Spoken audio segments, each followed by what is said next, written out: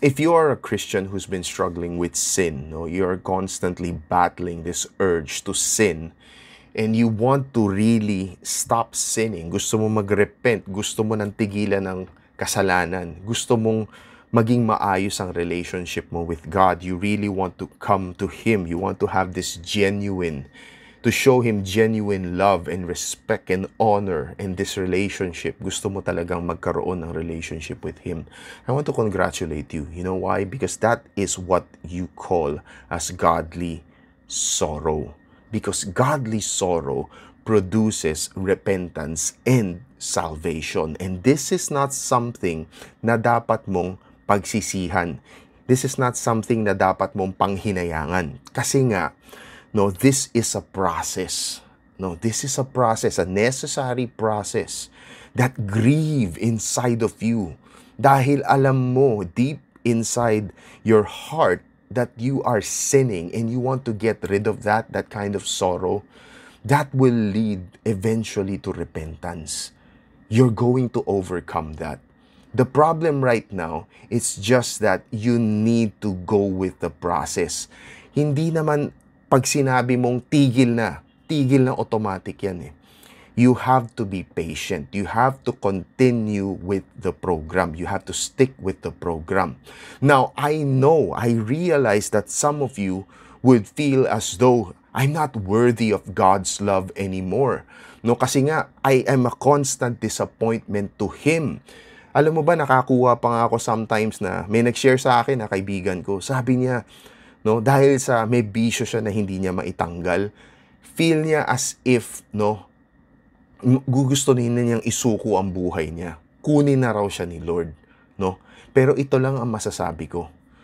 What makes you think na mas maliit or mas konti ang pagmamahal niya sa iyo ngayon kumpara sa dati?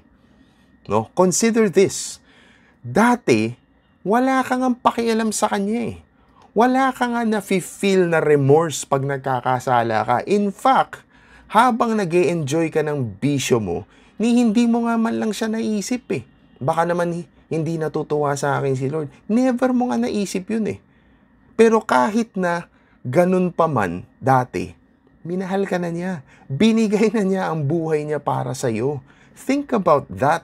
Ngayon pa kaya, gusto mong ipakita sa kanya ang pagmamahal mo? Gusto mong ipakita sa ama? Now think about this.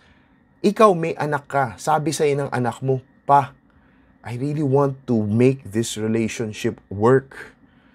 I really want to show that I love you, but it's just that I'm struggling. Hindi ko alam kung paano ko ipuprove sa'yo na mahal kita. And the reality is that effort that you take in order to show your love for God is already the evidence of your pagmamahal sa Kanya. Hindi porket pumapalpak ka, hindi mo siya mahal. No, I constantly disappoint my parents, but it doesn't mean I don't love them. Nagets yung sinasabi ko? And think about this. Think about this. How much does He love me?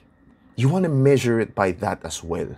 Tingnan nyo to When He created everything, when He created the entire universe, the entire cosmos, what did it take in order to create all these things? It took a few words. Maybe a couple of chapters in Genesis, some passages in Psalms, in Job, or probably verses in other, He created with what? With His word. But what did He lose in order to show His love for you? He gave up His Son. He gave His Son for you and I, so that we could become part of His kingdom. So you don't have to worry. Mahal ka ng Diyos. Minahal ka niya before. Mas lalo ka niyang mamahalin ngayon na pinapakita mong mahal mo siya. Okay? But if you are a Christian who continues to abuse the grace of God, who continues to embrace sinful lifestyle without any regrets, without any remorse, without feeling the need to repent. I'm telling you, there is a problem with your so-called Christianity. I'm telling you, you need to reassess your relationship. Because the fact that you are not showing any signs of repentance tells me that there is a problem with your so-called relationship with God. If you prefer sin over God, there is something wrong and you need to really make it right. Habang may pagkakataon, ipakita mo ang pagsisisi. Pakita mo na talagang gusto mong bumalik sa Kanya.